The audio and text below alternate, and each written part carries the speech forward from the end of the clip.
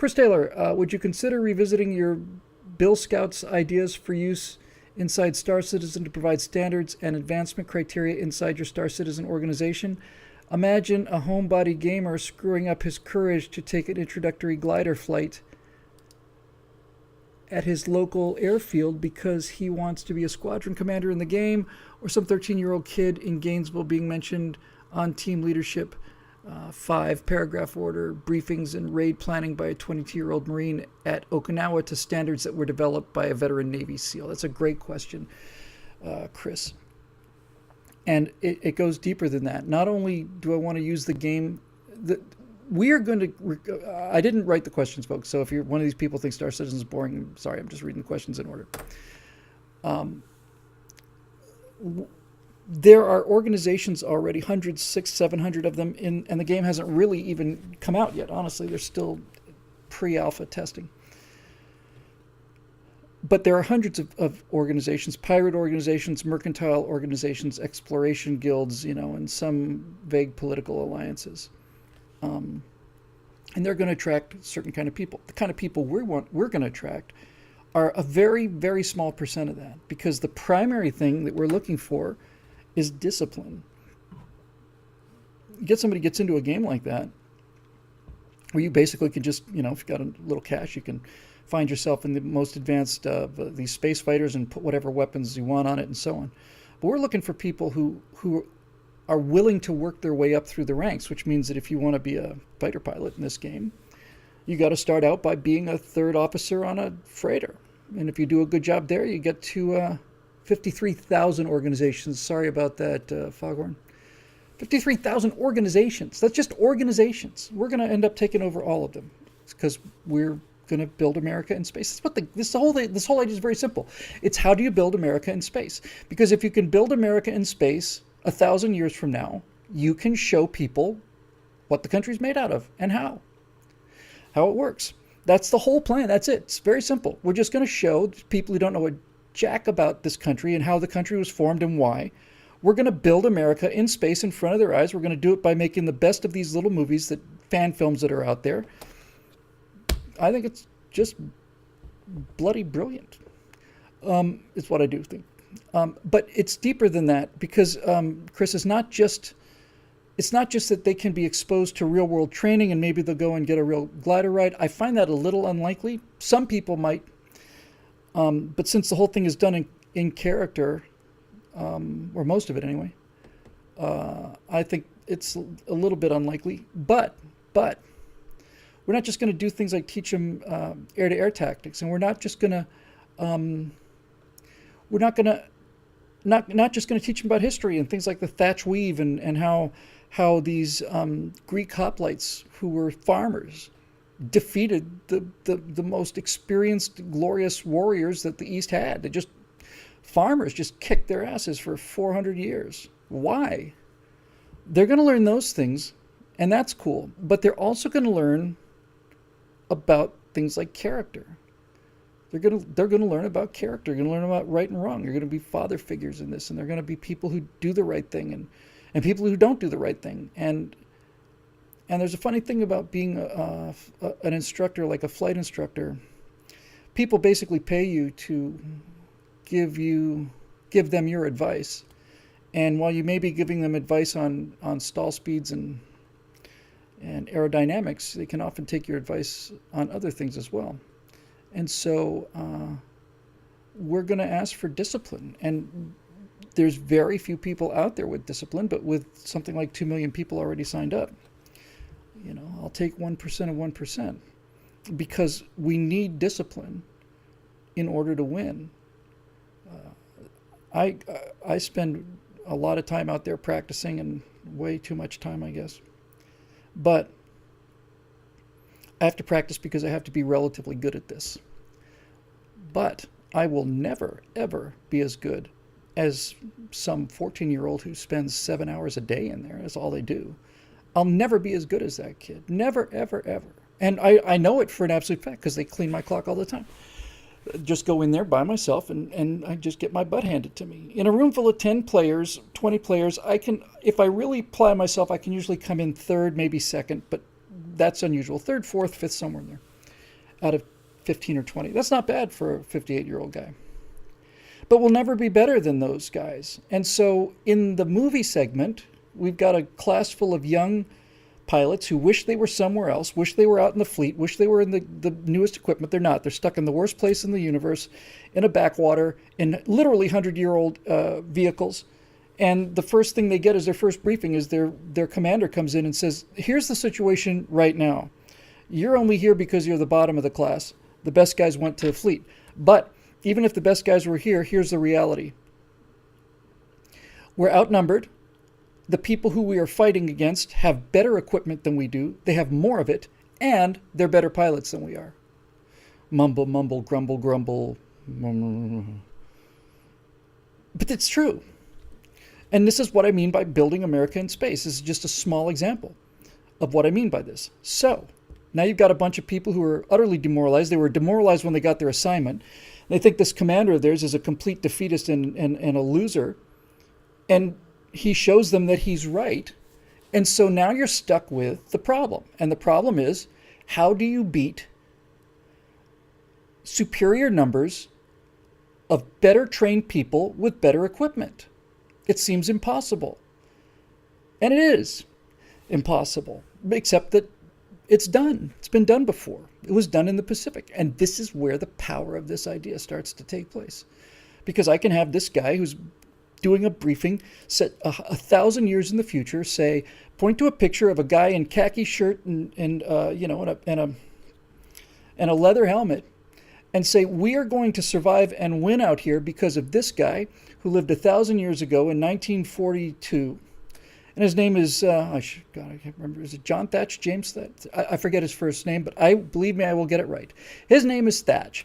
And at the beginning of World War II, he was an American naval aviator, and he was up against the Japanese, who had more planes, better planes, and pilots with a lot of experience. And we were getting massacred by them. Massacred. And how do you beat them? You can't beat them. Well, Thatch just decided, well, maybe you can. What if we operate in teams? What if we have one guy who's doing a pursuit this way and another guy who's doing a pursuit that way? And every time they come around like this, it sets up a crossing shot on the Japanese pilot. And if he breaks one way after the lead, that means that his wingman will be in perfect trailing position for a kill shot. It was called the Thatch weave, and he showed people how to do it with matchsticks on the wings of airplanes. And once they started doing the Thatch weave, they started kicking the Japanese butts. They just knocked them out of the sky. Knocked them out of the sky because of the discipline and the tactical genius of it. John Thatch, thanks, buddy.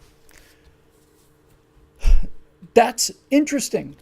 And it's interesting to people who want to play this game. It's interesting to people because in this game now, it's not going to be a reboot. If you get killed, you get killed. And your character, all the stuff he loses is gone. And it's kind of like a Dungeons & Dragons thing where people had characters that they played for 10, 15 years. And sometimes that character would get killed.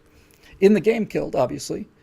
And they would go through a state of complete depression and mourning. This person, they've experienced a number of things through the eyes of that person. That person's gone.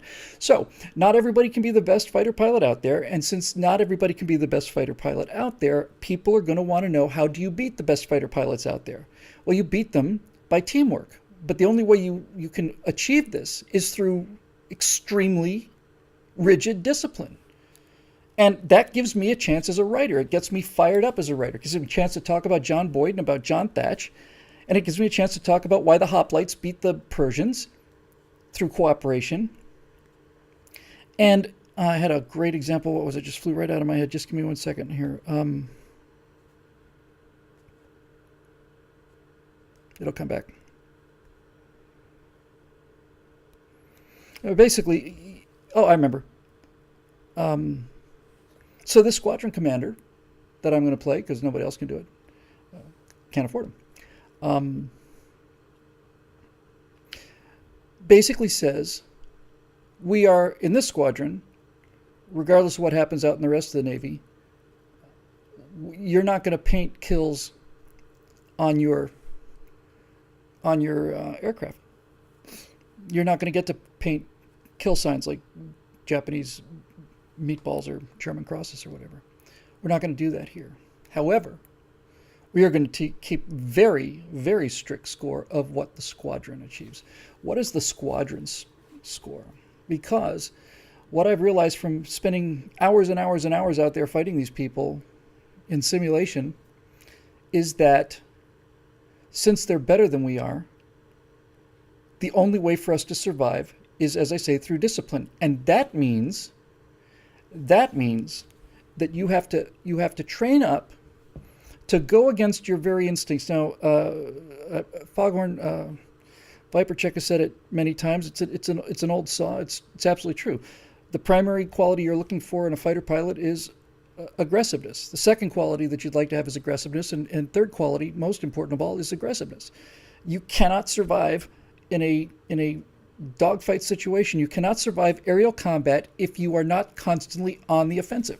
If you are not willing to turn into those guys and shoot down every single one of them, you are not made out of the stuff that you need in order to do this particular job. Maybe you're better suited as a submarine commander who has pretty much the opposite motivation. That guy needs to be a ninja and a hunter, and he needs to have the patience of Job and just wait till he gets into a perfect kill shot, and that's what a submarine commander does. But a fighter pilot goes and turns into the fight all the time because you are either on the offensive or you're on the defensive. And if you're on the defensive, it's just a matter of time. So this is kind of thing I'm talking about. He's going to say, we're not going to put individual kills on your aircraft, because if we do, we're rewarding individual kills. And we're not doing that here. What we're rewarding is squadron kills, and what we're really rewarding is, does everybody come back? If you lose a wingman, that's going to be worse than being killed. I'll shoot you myself. If you come back with a wingman, without a wingman, and a damn good reason, you're done. Your mission is not to kill other people. Your mission is to come back with your wingman. And if you can kill enemies while doing that, that's just swell. So here's what I'm talking about when I'm talking about fighting instincts, the aggression instinct. You're in this battle and everything's going on and you're just completely adrenalized and you're moving sideways and upside down and backwards and you're taking damage, you're dishing out damage. And finally, you've got somebody in your sights and you're putting rounds on this person and you just keep putting rounds on them. And it's called target lock, and it's almost impossible to break. I need another 3 seconds and this guy's dead. Well, another 3 seconds, your wingman is dead. Do you have the discipline to break off of a shot like that and go rescue this other guy? Well, if you don't, then you're going to lose. He'll die first, you'll die next. You have to have the discipline, the mental discipline, to give up on that and realize that everything that you're motivated to do, which is get individual kills, because that's why people do it, because it's fun, just physically fun shooting things down in simulators. You have to not only resist that temptation, you have to overcome it. And you have to make sure that your mission is to make sure that your wingman doesn't get killed, and his mission is to make sure you don't get killed. And we have done it a couple of times, Matt and Foghorn and I. And when I say a couple of times, I mean 2 times. But what we found was we can beat the best pilots out there working as a 2-man or a 3-ship operation. We've proven it. People we never could beat before, who would just beat us, whip us silly. When we're working together, we can beat those guys. And the reason it works is because we're talking. They can't hear us talking. I say, Matt, let's pick up, whatever, Turbo Dan or whatever his on-screen call sign is. Well, let's go get this guy. Yeah. Now, the best enemy pilot that's out there is, Foxyman 2209. And so while we're trying to get relatively easy kills by working together, whenever we see Foxyman coming back into the fight, we immediately break off of that and we start to engage Foxyman. And Foxyman is going to go after one of us. And if it's just him and me, I'm going to die. There's no question about it. I'm going to get killed. He's going to get me every single time. And I know this because I keep turning into that fight and I keep going after this guy and they keep blowing me up. And I'm too stupid to learn. And it's almost impossible to not turn into that fight if you're built the way I'm built. When this guy comes by and you're in the merge and now all of a sudden you're merged and then it's a question of who's got the best position, that natural aggressiveness of mine is almost insurmountable. It's almost impossible for me to break away from that fight. Every time I turn into the fight, I lose. Every single time I lose. Taco Bell is a guy. Yeah, thanks, Viper. That's really particularly good. So what we learned is we can go out there, team up 2-on-1 on relatively inexperienced enemy pilots and knock them out of the sky. Terrific. We're thinning the herd and we're eliminating potential threats that will be harassing threats while we're dealing with the real people. But when the enemy aces come out, when their good guys come out, then we are very simply doing one thing and one thing only. I'm going to get into a fight with this guy, and the second he turns into fight with me, you just blast him and keep blasting him, and I'm going to simply get out of the way. I'm not going to try and out-turn this guy. I'm just going to get out of the way, and you keep putting rounds on this guy until he turns to fight you. And once he turns to fight you, you get the hell out of the way, and I'm going to come in, and I'm going to put some rounds on this guy. And it works. It works. And if it didn't work, I'd still make it work in the fictional movies, but it's nice that it actually works. This will appeal. Foghorn is talking about a guy named Taco Bell. He was listening to me ranting and raving for 4 or 5 minutes or something. It's me and Foghorn and Matt Lloyd out there. And he just wrote, I still want a piece of him. I do too. I want to go right now. I want to go find him, and I want to go blow his ass up 20 or 30 times consecutively because I owe him that. So these are the kind of things that are interesting to me. Do you have the discipline to go for the win? Because civilization is about going for the long-term win. Civilization is about cooperating to achieve a goal that you could not achieve by taking the immediate gratification. And if you can teach that, you're winning the culture war. And if you can play a game that has 3 or 4 million players and you can come out on top of it by admitting that we are nothing like the best players out there, but we're going to beat the best players out there, and here's how. Now you've got people who are interested, and they're not just interested in the game playing aspect, although that's certainly the hook and the draw. That's what's pulling them in and keeping them in, is they want to do better in the game. But it's impossible to learn these things and not get the larger lesson. It's not possible. You have to get the larger lesson. So I'm real excited about it, and I completely understand people who don't get it. I've explained this to 25 people probably on and off in various degrees of, including Stratosphere Loungers. And virtually everybody just looks at me with this blank expression and says either this is boring or I don't know what you're doing, but for God's sakes, don't give up your day job. And I realized I know what it looks like and I can explain it to myself, but I understand that nobody else knows what this is, so I just have to do one. If we can find 16-year-old males who are willing to give up these prime seats on fighter planes and take jobs as third officers where the entire purpose of the mission is for nothing to happen. That's the goal. The goal is to get this transport from point A to point B with nothing happening. The good mission, the kind of mission we want, is a mission where we don't see anybody. The kind of person that will do that is the kind of person we're looking for. And I'm going to just go into one more little bit of the weeds with the geekiness, and then I might do one more just to get the Star Citizen taste out of the mouth of those of you not interested. This is a minor point, but it's a very important point. And I got to just give you a little tiny bit of the physics. So these spacecraft can fly in 2 different modes. There's a coupled mode where basically the thrusters on the ship are behaving in such a way to make it fly like an airplane, a real simple to fly airplane. You pull back on the throttle, the thing stops. You push on the throttle, it goes forward. You turn left, you turn right, it banks into the turn, flies just like an airplane, except it can stop on a dime. Well, that's the flight system, the computers on board the ship, making the ship behave in such a way that it's easy for a person to fly. But you can decouple the ship, which now means that you can be going forward in one great old direction. And when you turn, instead of the ship turning, you keep going on that vector and the ship just turns around and now the nose is pointing backwards and you see these reference lines coming from behind you. And that's how the physics of the thing in the real world actually work in decoupled mode, where the rotation of the vehicle is independent of the vector of the vehicle. And so when I spent the first month or so on this thing, I would go in and land. And it basically means you come in, you stop, and then you kind of go down and you stop and just look crummy. And then I realized, what would it look like if you did a decoupled landing? And then your approach to this tiny little landing pad has got to be forward vectors, down vectors, slight right vector to correct right, pitch up the nose, you're still on this vector down. Every time you cut your forward velocity, your downward vector increases because that downward component hasn't been touched. And after a while, and I mean a short while for me because I've had a lot of experience with this, after a while I was making landings with this thing, and if you looked at them from the outside, because you can, that looks like an actual spaceship landing on a pad. It looks exactly like that. And that was so exciting to me. I was so completely impressed by how good it looked, by how real it looked, that it gave me a tremendous jolt. Hey, Billy, see you later. Tremendous jolt. Just watching it, it's like, damn, that's really good. So what's the point of all this? Well, the point is there's an automated landing system in the game that a lot of people use. And then there's the easy to use method that I'd used forever. Almost impossible to screw that up.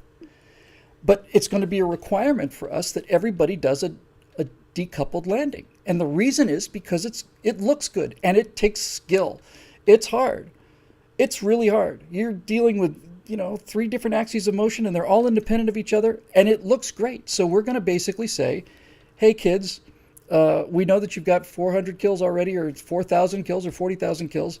Now you're going to sit in the co-pilot seat of this big clunky freighter, and we're going to teach you how to land the hard way.